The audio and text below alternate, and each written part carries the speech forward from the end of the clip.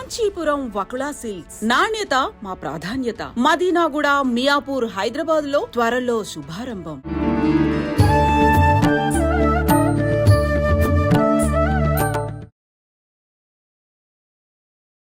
నమస్కారం, welcome to I dream. ధర్మ మార్గం విత్ విజిత కార్యక్రమానికి స్వాగతం. ప్రస్తుతం నాతో పాటు ఉన్నారు డాక్టర్ నిర్మలమ్మ గారు లక్కరాజు, సామాజిక ఆధ్యాత్మికవేత్త. అమ్మని పెద్దగా పరిచయం చేయాల్సిన అవసరమే లేదు. అమ్మ గురించి మీకు అందరికీ తెలుసు. మనం ఆల్రెడీ అమ్మతో ఎన్నో ఎపిసోడ్లు మాట్లాడుకోవడం జరిగింది. ప్రస్తుతం నేను అమ్మతో మాట్లాడబోయే విషయం ఏంటి అంటే, మనకు మహిళా దినోత్సవం రాబోతోంది. నిజంగా ప్రస్తుత రోజుల్లో మహిళకు దక్కాల్సిన విలువ దక్కుతోందా అని అంటే అదొక క్వశ్చన్ మార్క్ లాగానే ఉంది. అసలు ఆ విషయాలన్నీ కూడా ఇప్పుడు అమ్మతో మాట్లాడి క్లియర్గా తెలుసుకునే ప్రయత్నం అయితే చేద్దాం. ఇంకెందుకండి ఆలస్యం, అమ్మతో మాట్లాడేద్దాం. అమ్మ నమస్తే. నమస్తే అమ్మ, మీతో మాట్లాడే ముందు నేను ఫస్ట్ ఆడియన్స్కి ఒక విషయం చెప్పాలనుకుంటున్నా. మీరు నాతో ఆఫ్ స్క్రీన్లో మాట్లాడిన విషయాలను బట్టి నేను ముందు వాళ్ళకు ఒక విషయం చెప్పాలనుకుంటున్నా. అయితే ఎవరైనా అమ్మతో మాట్లాడాలి అనుకుంటే కనుక వాళ్ళ పర్సనల్ సమస్యల గురించి ప్లీజ్ దయచేసి అమ్మకి ఫోన్లు చేసి ఇబ్బంది పెట్టే ప్రయత్నం చేస్తే అమ్మ అసలు ఆన్ స్క్రీన్కి రావటము, షూట్లు ఇవ్వటమే మానేస్తా అని చెప్తున్నారు. అందుకని చెప్పి ఎవరైనా ఏదైనా సమస్యలు ఉంటే వీడియో కింద కామెంట్ రూపంలో కనుక తెలియజేస్తే దానికి సంబంధించిన ఆ సొల్యూషన్ అనేది అమ్మతో మాట్లాడి ఒక వీడియో రూపంలో మీ అందరికీ అందించడం అనేది జరుగుతుంది. అందుకే దయచేసి మీరందరూ కూడా ఏదైనా సమస్య ఉంటే కామెంట్ చేయండి, కానీ అమ్మకు ఫోన్ చేసి ఇబ్బంది చేసే ప్రయత్నం మాత్రం చెయ్యొద్దు ప్లీజ్. ఇది నా తరఫున రిక్వెస్ట్. అవునా, నేను ఏంటంటే ఫ్రీ సర్వీస్ చేశాను 45 ఏళ్ళుగా. మెంటల్లీ రిటార్డెడ్ 35 ఇయర్స్ చేశాను. కౌన్సిలింగ్ చేశాను. హైకోర్టులో 10 ఇయర్స్ లోక్ అదాలత్ మెంబర్ని, రంగారెడ్డి కోర్టులో 4 ఇయర్స్, ఇలా 45 ఇయర్స్ సర్వీస్ చేశాను. ఒక 10 ఏళ్ళ నుంచే నేను ప్రశాంతంగా విశ్వంతో మాట్లాడుతూ విశ్వంతో మంచిగా హ్యాపీగా ఎంజాయ్ చేస్తున్నాను. కాబట్టి నా ప్రైవసీ ఈ చివరి క్షణాలు మంచి ఆనందంగా సంతోషంగా ఉండాలని, ఎందుకంటే ఏదైనా నేను పుస్తకం ద్వారా ఇస్తున్నాను. పుస్తకం ప్రచురించి వస్తుంది, అందరూ ఆ పుస్తకాలు చదువుకొని తమకి తాము తమ జీవితాన్ని తీర్చిదిద్దుకోవచ్చు. ఏంటి వాళ్ళంటే ప్రశ్న ఏంటమ్మాయి? మహిళా దినోత్సవం రాబోతుంది కదా. ఓ సూపర్. అయితే ప్రస్తుత రోజుల్లో అంటే మనకు పురాణాల నుంచి తీసుకుంటే కూడా మహిళలకు ఎంతో ప్రాధాన్యత, ఎంతో విలువ, ఎంతో గౌరవం అవన్నీ కూడా మనం వింటూనే ఉంటాం పెద్దవాళ్ళ మాటల రూపంలో. కానీ ప్రస్తుతం ఆ విలువ లేదేమో అనిపిస్తోంది. అంటే ఒక పని చేసే దగ్గర ఒక ఆడ మనిషి ఉంది అనగానే ఒక చిన్న చూపు. పని చేసే దగ్గర ఎందుకమ్మా, మామూలుగా మన ఇంట్లో మనకే ఎంత సంపాదించినా, ఇంట్లో పని బయటి పని ఎన్ని చేసినా కూడా మన ఇంట్లో వాళ్ళ దగ్గరే మనకు విలువ లేని మహిళలు కూడా చాలా మంది ఉన్నారు. అందుకని చెప్పి అసలు ఏంటి ఈ మహిళా దినోత్సవం సందర్భంగా మన విశ్వ నియమాల్లో ఏముంది అసలు మహిళల గురించి ప్రత్యేకించి తెలుసుకోవాలని ఉందమ్మా నాకు. ఈ విశ్వం అనేది పూర్తిగా రెండుగా ఉంది. స్త్రీ పురుషుడు రెండూ కలిసి ఉన్నాయి. కానీ మేల్కు ఈగో ఎక్కువ. పుట్టుకతోటి ఒక గడ్డి ముక్కనట, గడ్డినట, నువ్వు మొగ అనగానే అది గడ్డి నిలబడి ఉంటుందట. స్త్రీ అంటే నేను పడుకొని ఉంటుందట. అది జీన్స్లోనే ఉంది నాన్న. ఇంకొకటి ఏంటంటే మన హిందూ సంప్రదాయం ప్రకారము ఆడది అంటే అణగదొక్కబడినటువంటి భావనలు. అరే మగపిల్లగాడ నువ్వు కంచమాడబడి చెల్లెలొచ్చి కడుగుతుంది, ఏందే మొగరాయిలాగా బయటకు పోతున్నావు సాయంత్రం 5 నాడు ఇంట్లోకి అంటే, వాడేమో రాత్రి 11కు వచ్చినా ఏమన్నారు. ఈ పిల్లని మాత్రము ఏ స్వతంత్ర భావనతో బతకడము చిన్నప్పటి నుంచి అలవాటు చేస్తారు నాన్న. అలవాటు. ఇప్పుడు భార్యాభర్తలు అప్పటి కాలంలో అంటే ఆడవాళ్ళు బయటికి వెళ్ళేవాళ్ళు గారు. ఇప్పుడు మరి ఉద్యోగాలు చేస్తూ ఆడవాళ్ళు బయట నుంచి వచ్చిన తర్వాత మొన్న ఒక అమ్మాయికి ఫోన్ చేసింది. She is a doctor. ఆమె ఉద్యోగం చేసి వస్తే వాళ్ళ అత్త మామనే ఉంటాడట. 6 నెలలు మొగుడు బయట ఉంటాడట. 6 నెలలు ఈ పుట్టింట్లో భార్యతో ఉంటాడంట. ఉండి అతను పోలీస్ ఆఫీసర్. వాడు అంటే ఏదో చెప్పకూడదు అంత పబ్లిక్గా కేసులు, వాళ్ళ జీవితాన్ని నేను బయటపెట్టడం భావ్యం కాదు.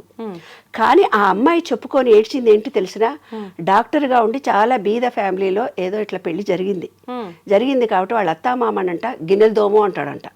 కడిగిన గిన్నెలే మళ్ళీ కడగమంటారంట. ఆరేసిన బట్టలు మళ్ళీ నీళ్ళల్లో పిండి ఆరే అంటాడంట. ఊడ్చిన ఇల్లును 3 సార్లు ఊడమంటాడట అత్తా మామ ఇద్దరు. సాయంత్రం రాగానే వంట చెయ్యి అంటారంట. అమ్మా, నా భర్తతో సుఖపడాలనుకున్నా నాకు ఇంత స్వతంత్రత ఉంది, నాకు మొగుడు కావాలి, ఇవన్నీ ఇంకెన్నాళ్ళు భరించాలని ఎక్కెక్కేడ్చింది. నేను తిట్టాను, మొగుడు నిడిచిపెట్టి పోవే హ్యాపీగా, నువ్వు థాట్ చేంజ్ చేసుకో. కానీ ఆ అమ్మాయి చెప్పడం ఏంటి తెలిసిన, నాకు అతనే కావాలి, నాకు అతనితోటే జీవితం గడపాలని ఉంది. అంటే మానసికంగా ఆ అమ్మాయిని ఎమోషనలైజ్ చేసి వదిలిపెట్టాడు అబ్బాయి. అది శారీరక బలహీన మహిళ కాబట్టి అతను బ్లాక్మెయిల్ చేస్తున్నాడు అమ్మాయిని. మెంటల్గా ఆ అమ్మాయి వెళ్ళలేదు, ఇక్కడ అతనితోటే ఉండాలని తాపత్రయపడుతుంది. వాళ్ళు ఎన్ని కష్టాలు పడ్డా, డాక్టర్ అయినా ఇంజనీర్, మాకు తెలిసిన డాక్టర్లు ఎంతోమంది సూసైడ్ చేసుకొని చనిపోయారు. ఎందుకంటే మేల్ ఈగోను టాలరేట్ చేయలేక, ఎందుకంటే ఈమె టాలెంట్ను అతను యాక్సెప్ట్ చేయడు కాబట్టి. ఇంకొక కొన్ని కేసులు ఎలా ఉంటాయో తెలుసు నాన్న, శారీరకంగా కొంత ఏజ్ తర్వాత ఇప్పుడున్న సాఫ్ట్వేర్ రంగంలో మొగతనం అనేది ఉండదు. వాడికి పెళ్ళాం కావాలనే కోరికలు చచ్చిపోతున్నాయి, వీర్యకణాలు నశించిపోతున్నాయి మగవాళ్ళకు, ల్యాప్టాప్ల వల్ల, వేడి వల్ల, వాటర్ డెఫిషియన్సీ వల్ల. నేను యూఎస్ వెళ్ళినప్పుడు ఎన్నో కేసులు నాన్న, ఆంటీ నాకు మా ఆయన పక్కకు కూడా రావటం లేదు, చెయ్యి కూడా వేయటం లేదు, కనీసం మాట్లాడుకొని మేము ఎన్నేళ్ళు అవుతుందో మా అమ్మ నాన్న కూడా చెప్పుకోలేని విషయం మీతో చెప్పుకుంటున్నానమ్మా అని. అప్పుడేం చేస్తాడు తెలిసినా, వాడి బలహీనత కోసం దీని మీద డామినేషన్ తిడుతూ ఉంటాడు, ప్రతి విషయానికి తిడుతుంటాడు. నీకు ఈ పని చేయడం రాదంటాడు, ఉద్యోగం చేస్తూ కూడా బయటికి ఎంతసేపు పోయినామంటే ఏదో ఒక రీజన్ పెట్టి హెరాస్ చేస్తూ, అంటే మేల్ ఈగో తనలో ఉన్న న్యూనతాభావాన్ని కప్పిపుచ్చుకోవడానికి ఈమె మీద డామినేషన్ చేసి మానసికంగా హింసిస్తున్నారు అమ్మాయిలని. కొంతమంది అమ్మాయిలు నాకు ఫోన్ చేసి, ఆఫీస్లో మా బాస్ మేమేమీ అనలేము, చెయ్యి తగులుతా అంటాడు, కాలు తగులుతా అంటాడు, ఇంకేదో అంటాడు. ఆఫీసులో ఉద్యోగం చేసే ఆడవాళ్ళము ఎంత పోరాటం చేస్తున్నామో తెలుసా అమ్మా, మీతో చెప్పుకుంటాము, ఎవరితో చెప్పుకుంటాము, ఈ లోకం అంటుంది మంచిగా తయారై హ్యాండ్ బ్యాగ్ వేసుకొని పోయింది అనుకుంటారు, కానీ మా గుండెలో బాధ మేము ఎవరికి చెప్పుకోవాలి. 10 రూపాయలు ఖర్చు పెట్టాలంటే మగుడు నీవు ఉద్యోగం చేస్తున్నావని ఇష్టం వచ్చినట్టు ఖర్చు పెట్టుకున్నావులే అంటాడు. అవును అమ్మా, ఎంత అయినా సరే అతనికి ఏం పని చేత కాదు, వంట చేయడం చేత కాదు. ఎందుకు మరి ఇద్దరు ఉద్యోగాలు చేసుకొచ్చుకున్నప్పుడు అయ్యో పాప నా భార్య అలసిపోయిందని ఏ టీవీలో కూడా చూపించరు, ఎందుకే చూపించారు. అదేంటి మొగాడు పని చేస్తున్నాడా, అబ్బాయి నీ ఆయనతో పని, ఉద్యోగం చేసే ఆడవాళ్ళు కూడా ఇలాగే అంటున్నారు నాన్న, నాకు విచిత్రంగా అనిపిస్తుంది. మేల్ అయితే ఏముంది, ఫీమేల్ అయితే ఏముంది, గిన్నెలు దోమితే తప్పేమి, ఇల్లు ఉడిస్తే తప్పేంటిది, తన భార్యకు, తన కుటుంబానికి, తన పిల్లలకే కదా చేసేది. మరి ఈమె కూడా ఉద్యోగం చేస్తోంది కదా, ఇల్లు ఉడ్చుకుంటే తప్పేమొచ్చింది, గిన్నెలు తోమితే తప్పేమొచ్చింది. ఇంట్లో ఏ విషయాన్ని స్వీయ నిర్ణయ శక్తి మగవాళ్ళకు లేనే లేదు, మళ్ళీ ప్రతిదీ స్త్రీనే ఆలోచించాలి. కానీ ఈమె చులకన భావానికి లోన్ కావాలి. మాకు తెలిసిన ఒక ఫ్యామిలీలో నాన్న, అత్తగారు అందరు వస్తారు, కూర్చుంటారు, ఉయ్యాల వాళ్ళందరూ పెక్కాడుకుంటూ కూర్చుంటారు మంచిగా. ఈమె వంట చేసి చేత కాకుండా అన్నీ చేసి ఉతిరికొస్తే, ఏ వంట చేసినావు, ఇందులో పప్పు లేదు, ఉప్పు లేదు.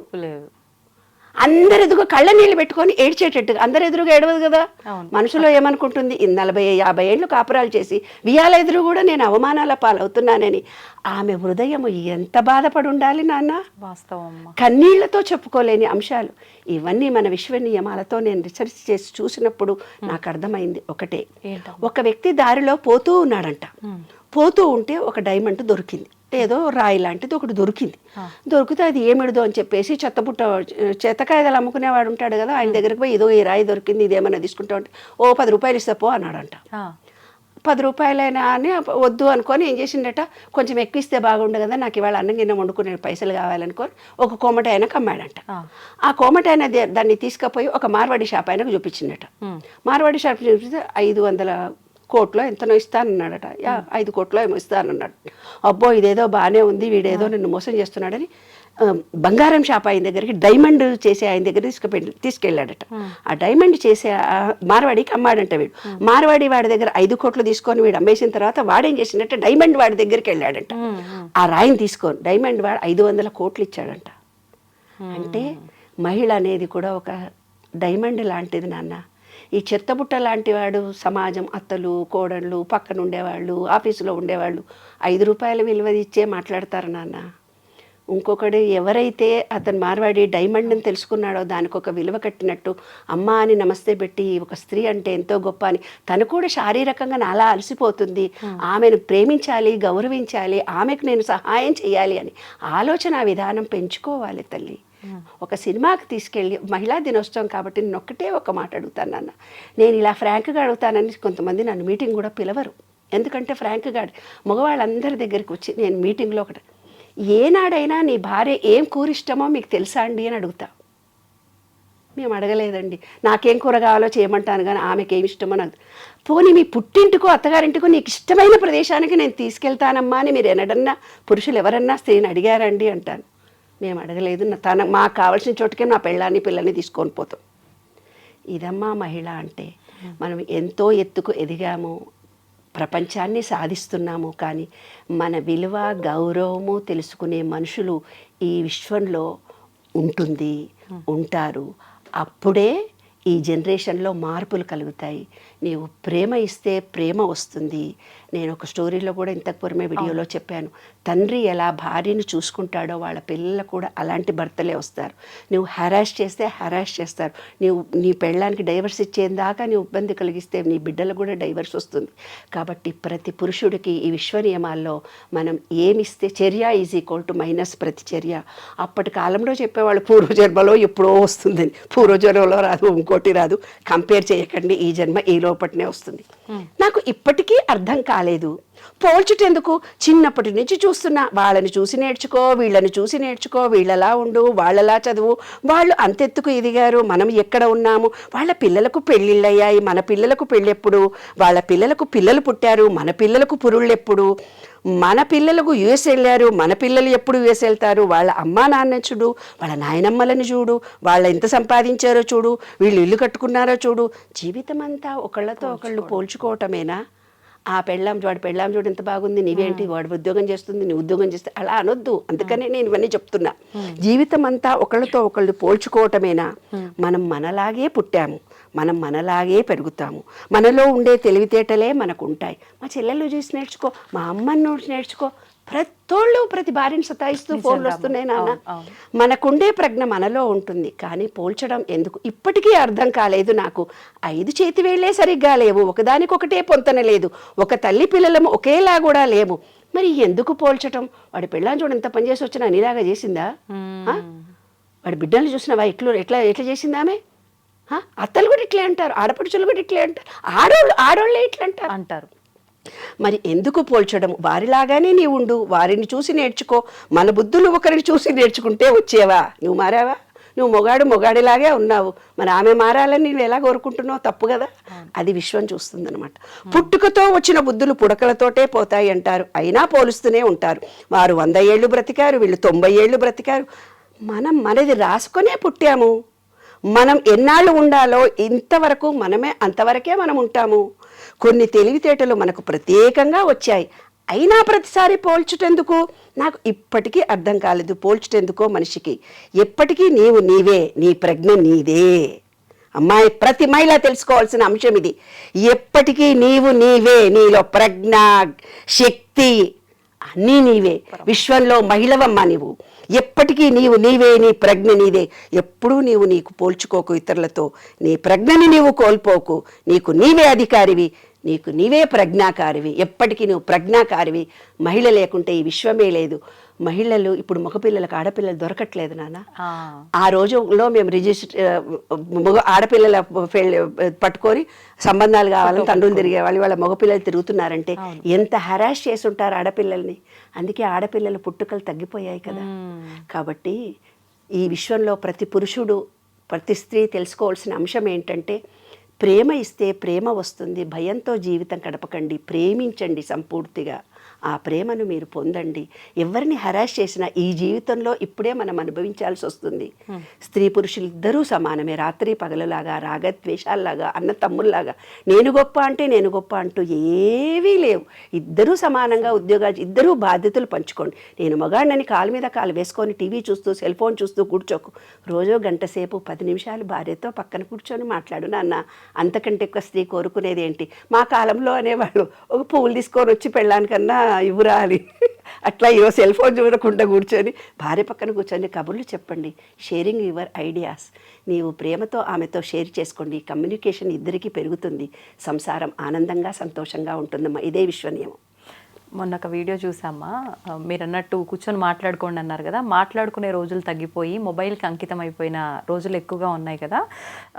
హస్బెండ్ ఫోన్ చూస్తూ కూర్చున్నాడు, వైఫ్ వచ్చి, ఏజ్డ్ వాళ్ళే, వైఫ్ వచ్చి ఏదో మాట్లాడినా కూడా పట్టించుకోకుండా అదే పనిగా ఫోన్ చూసుకుంటూ కూర్చున్నాడు. ఆవిడొచ్చి సైలెంట్గా చేయబట్టుకొని తీసుకెళ్ళి సెల్ ఫోన్కి పసుపు కొమ్ము కట్టిపిస్తుంది ఆయనతోటి. అంటే ఇంకా నీకు పెళ్ళాం ఎందుకురా, మొబైల్ మంచి పని చేసింది. వాళ్ళ కొడుకు సేమ్ అదే పని చేస్తున్నాడు పక్కన కూర్చొని. వాళ్ళ కోడలు కూడా అత్త చేసిన పని చేయాలా అన్నట్టుగా ఒక చూపు చూస్తుంది అనమాట.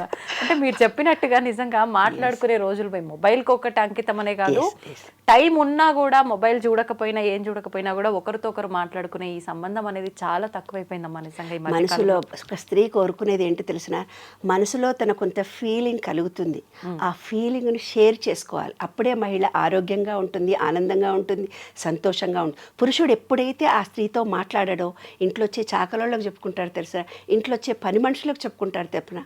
అందుకే ఇల్లీగల్ కాంటాక్ట్స్ ఎవరైనా పురుషుడు హ్యాపీగా అనగానే వాళ్ళకు లొంగిపోయి ఇల్లీగల్ జరుగుతున్నాయి కూడా ఇందువల్లనే జరుగుతున్నాయి. తన భర్త ఏదైతే తన భార్యను ఓపెన్గా కమ్యూనికేట్ చేయలేకపోతున్నాడో, కమ్యూనికేషన్తో తన బాధను తెలుసుకొని, ఏముంది నాన్న సరదాగా అలసిపోయావా అంటే చాలా ఒక మాట కరిగిపోతుందే మహిళ, ఎంత బాగా వండావే, ఏంటి ఇందులో ఉప్పు వేయలేదు అనగానే కోపం వస్తుంది.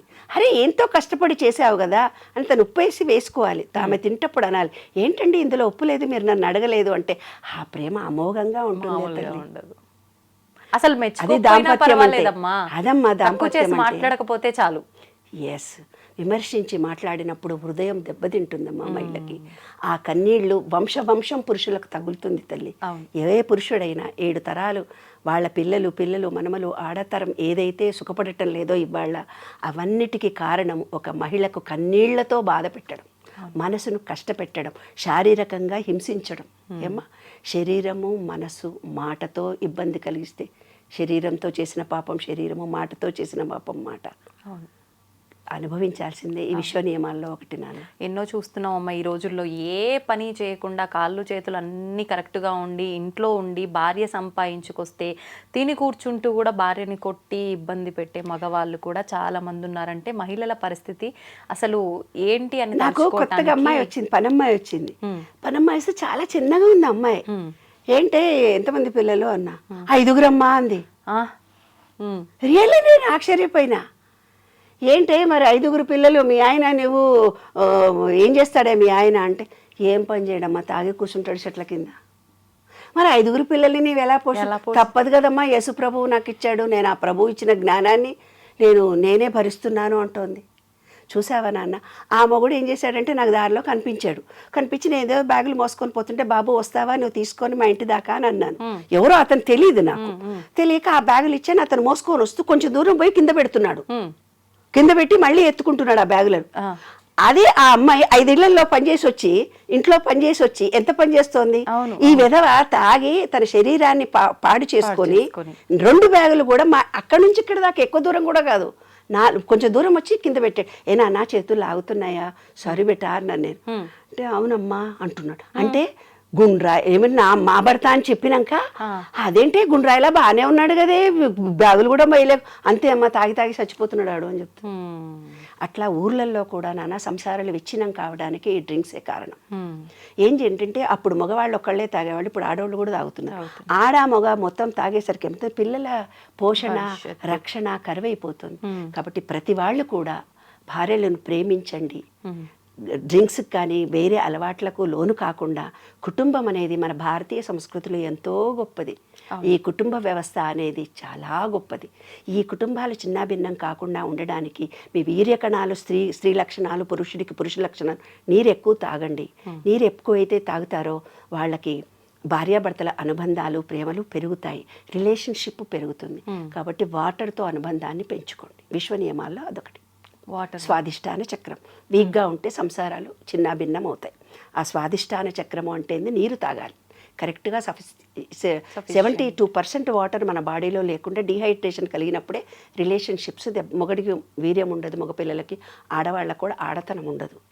కాబట్టి అన్యోన్యత ఉండాలంటే నీటితో అనుబంధము. చక్కగా స్విమ్మింగ్ పూల్లో కూడా కాసేపు ఉండండి, నీళ్లతో 2 పూటలా చక్కగా స్నానాలు చేయండి. సఫిషియెంట్గా మీరు మీ పిల్లలు తగినంత నీరు తాగండి. నీరు అనేది అనుబంధము, రిలేషన్షిప్. అదే విశ్వరూప దాంట్లో చూపిస్తారు చూడన్నాను. విష్ణువు పడుకొని ఉంటాడు, లక్ష్మీదేవి కూర్చొని ఉంటుంది. విష్ణువు అంటే గాలి, లక్ష్మి అంటే నీరు. ఇప్పుడు ఏదో చూపించేసి అమ్మగా ఆయన పడుకొని ఉంటాడు, ఆమె కాళ్ళు అవుతుంది, అదంతా ఉత్తుగా ఇమేజ్ చేసుకున్నటువంటి అంశాలు. నీరు అనేది మెయిన్, అదే లక్ష్మీదేవి, అదే రిలేషన్షిప్స్. అంటే నీటిలో నీటి ఆవిరి, గాలిలో నీటి ఆవిరి ఆవిడ. కాబట్టి చక్కటి గాలిని పీల్చుకోండి, ప్రకృతిని ప్రేమించండి. మిమ్మల్ని ప్రతి మహిళకు నేను చెప్పేది అదే నాన్న. మన శరీరంలో 36,000 కండరాలు నరాలు మీరు ఒక థాట్ ఫీలింగ్ రిలీజ్ చేయగానే అవి చాలా బాధపడతాయి. వాటన్నిటిని కూడా ప్రేమించాలి. కాబట్టి మన కండరాలను నరాలను ప్రేమించుకోండి. తప్పనిసరిగా బ్లడ్ టెస్టులు చేయించుకోండి. కావినంత సూర్యరశ్మి కిరణాలు తగిలేటట్టుగా ఉండండి. భూమిలో చెప్పులు లేకుండా భూమిలో ఉండండి. ఈ ప్రకృతిని ప్రేమించండి. ప్రేమను పొందుతారు. శాంతిగా ఉండండి. కుటుంబాలు ఆనందంగా సంతోషంగా ఉండాలని మనస్ఫూర్తిగా కోరుతూ మీ శరీరాన్ని మీరు ముందు ప్రేమించుకోండి. మిమ్మల్ని మీరు పురుషుడు కానీ స్త్రీ కానీ తనని తాను ప్రేమించుకోవడం ఎప్పుడైతే తెలుస్తుందో ఎదుటి మనిషికి ప్రేమ అందించడం తెలుస్తుంది. ఎదుటి మనిషికి ప్రేమ ఎప్పుడైతే నీవు అందిస్తావో ఈ విశ్వం మొత్తం నిన్ను ప్రేమిస్తారు నాన్న. అప్రిసియేషన్ చేస్తారు. అదే విశ్వసూత్రం. సూపర్ అమ్మా. ఒక చిన్న మెసేజ్ ఇవ్వాలి అని అంటే మహిళా దినోత్సవం సందర్భంగా ఏమి ఇస్తారమ్మా సమాజానికి? స్త్రీ హృదయం వెన్నలాంటిది, కరిగిపోతుంది ద్రవంలా. స్త్రీ ఉదయం పాషాణంలా ఉంటుంది. కఠినంగా నువ్వు మాట్లాడితే గుప్పిడి మూసిందంతేలేమ్మా. ఆ సముద్రం అక్కడ ఒక మహిళ హృదయము గుండె బద్దలైంది, అక్కడ సునామీ వచ్చింది అని రాసేది. ఈ విశ్వంలో ఒక్క మహిళలు బాధపడుతూ ఉంటే అక్కడ సునామీలు వస్తాయంట. అంత గొప్ప శక్తిమంతురాలమ్మా మహిళ అంటే. అమ్మవారి స్వరూపం మహిళ. స్త్రీలను గౌరవించాలి, ప్రేమించాలి. ఆడపిల్లలే మహాలక్ష్మీ దేవులు. పాజిటివ్ ఎనర్జీ తల్లి. మగవాడంటే నెగటివ్నే, స్త్రీనే పాజిటివ్. కాబట్టి ప్రతి స్త్రీ ఆనందంగా సంతోషంగా ఉండాలి ఎప్పుడు. నిజంగా చాలా మంచి మాట చెప్పారమ్మా. కానీ ప్రస్తుతం ఆడపిల్ల లేనిది, అసలు ఆడ మనిషి లేనిదే అసలు ఈ సృష్టే లేదు. అట్లాంటిది ఆడపిల్ల అని తెలియగానే ఎంతోమంది వద్దు అనుకోవడం ఏంటమ్మా? ఓట్లగిం చేస్తారు మా ఊర్లలో అయితే. అయ్యో, ఒడ్లగిం చేసి చంపేస్తారు. ఆడవిల్ల పుట్టిన ఆడే ఒడ్లగిం చేతురే అని నేను పాటలు రాశాను. ఆడవిల్ల పుట్టిందని కడుపులు దించేసి వస్తారు. ఎందుకంటే ఈ రోజుల్లో టెక్నాలజీ పెరిగిపోయింది కాబట్టి. అందుకే ఎవరికి మగాళ్ళకి ఆడపిల్లలు దొరకట్లేదు. ఒక స్త్రీ సంతానాన్ని మీరు ఎప్పుడైతే హత్య చేస్తారో ఇంకా తర్వాత తరాల వాళ్ళందరికీ ఆడపిల్లలతో హింసించబడతారు. ఆ వంశమంతా స్త్రీ శాపం ఉంటుంది. పసిబిడ్డను 3 నెలల కడుపును తీసేసినా కూడా అది బాధపడుతుంది. అది కూడా హత్యనే. ఏ రకంగా చేసినా హత్యనే. చెట్ల కింద పడేసినానంటారు, ఇంకెక్కడో పడేసినామంటారు, పిల్లల్ని వదిలిపెట్టిపోతున్నారు. ఇవన్నీ ప్రకృతికి విరుద్ధంగా జరుగుతున్న అంశాలు. కాబట్టి మనకు ఏదైతే భగవంతుడు ఇచ్చాడో అది మన కోసమే ఇచ్చాడు. దాన్ని యాక్సెప్ట్ చేయాలి. కొంతమంది ఫోన్ చేసి మాకు చాలా కష్టాలు, నేను ఎక్కెక్కి ఏడుస్తారు. భర్త చనిపోయాడని ఏడుస్తుంటారు, యాక్సిడెంట్లైనా ఏడుస్తుంటారు, డబ్బు లేదని ఏడుస్తుంటారు. ఎన్నో రకాలైన సమస్యలతో ఉన్నది ఈ ప్రపంచమంతా. అందరూ ఏదైతే నీకు ఇచ్చాడో దాన్ని యాక్సెప్ట్ చేస్తే ఇంకో మంచి జరుగుతుంది నాన్న. దాని నుంచి పారిపోవాలని ప్రయత్నం చేస్తున్నాము, దాని నుంచి తప్పించుకోవాలని చేస్తున్నాము. అది విశ్వ నియమంలో ఒక రూల్. యాక్సెప్ట్ చేయాలి. ఆ బిడ్డ పుట్టిన తర్వాత బతుకుతుందో పోతుందో, అది ఎలా జీవిస్తుందో మనకు తెలియదు. దాని అదృష్టం వల్ల మన ఇంట్లో కాలు పెడితే ఏమన్నా కలిసి కూడా రావచ్చు, మనం చెప్పలేం కదా. విశ్వం ఏదో నీకు నేర్పడానికి వస్తే నువ్వు ఉల్టా చేసావు, ఆ పాపంగా నువ్వు మిగిలిపోయావు. పాపం అంటుకుంటుందమ్మా. నిజంగా వాస్తవం అమ్మ. మీరు చెప్పిన మాటలన్నీ కూడా కళ్ళకు కట్టినట్టుగా. అంటే మనం ఇంటి పక్కన వాళ్ళదో, ఇంట్లో పని చేసే వాళ్ళదో, ఇరుగు పొరుగు ఎవరిదో ఒకరిది చూస్తూ ఉంటాం ఇలాంటి స్టోరీస్ కదా. కళ్ళకు కట్టినట్టుగా కనిపిస్తున్నాయి మీరు మాట్లాడుతుంటే. ప్రతి ఒక్కటి కూడా వాస్తవం కదా అన్నట్టుగా. నిజంగా ఈ మాటల ద్వారా అన్న కనీసం ఒక్కరిలో అన్నా మార్పు వస్తే నిజంగా దానికి మించిన సంతోషకరం ఇంకొకటి ఉండదమ్మా. అదే అనుకుంటున్నా. ప్రతి మహిళ ఆనందంగా సంతోషంగా ఉండాలి. పురుషుడు తప్పు చేయకుండా ఉండగలగాలి. తన భార్యను, తన బిడ్డలని, తన తల్లిని అపురూపంగా ప్రేమించాలి. స్త్రీ సంతానం కలగడం అనేది భాగ్యంగా భావించాలి. ఎందుకంటే పురుషుడికి భార్య చనిపోతే వాడు పిచ్చోడైపోతాడు. అదే స్త్రీకి భర్త చనిపోయినా పిల్లల్ని పోషిస్తుంది. ఎన్ని చూస్తున్నారమ్మా, ఇవి సినిమాలు చూస్తున్నారు, కథలు చూస్తున్నారు. పురుషుడు అనేవాడు అసమర్థుడే, ఎప్పటికీ అసమర్థుడే. కానీ అతను తోడు లేకుంటే స్త్రీ అసమర్థురాలు. విషయం అది అమ్మా. కాబట్టి తప్పనిసరిగా ప్రతి స్త్రీకి ఒక పురుషుడు తోడు ఉండాలి, పురుషుడికి ఒక స్త్రీ తోడు ఉండాలి. శివుడు పార్వతులే అర్ధనారీశ్వర తత్వం అందుకే చూపించారు. అరే బాబు, ఒక స్త్రీ రా, ఇది పురుషుడు రా, నీలోని కూడా ఇద్దరున్నారా అని. సంతోషం అమ్మ, చాలా మంచి విషయాలు తెలియజేశారు. ధన్యవాదాలు. థ్యాంక్ యూ వెరీ మచ్ నాన్న. ఈ వీడియో చూసే ప్రతి ఒక్కళ్ళు కూడా మిమ్మల్ని మీరు ప్రేమించుకోండి. విశ్వంలో ప్రతి ఒక్కళ్ళని ప్రేమించండి. ఆడవాళ్ళని చులకనగా చూడకండి. ఆ వజ్రంలాగా ఉండే వాళ్ళని వజ్రము విలువ కలిగి ఇచ్చినట్టయితే కనుక మీరు గొప్పవాళ్ళు అవుతారు. ఎందుకంటే ఆ వజ్రం విలువ తెలుసుకున్న మనిషి ఆమెతో అలా ప్రవర్తించి మాట్లాడతాడు. అదమ్మా జీవిత సత్యం. సూపర్ అమ్మా.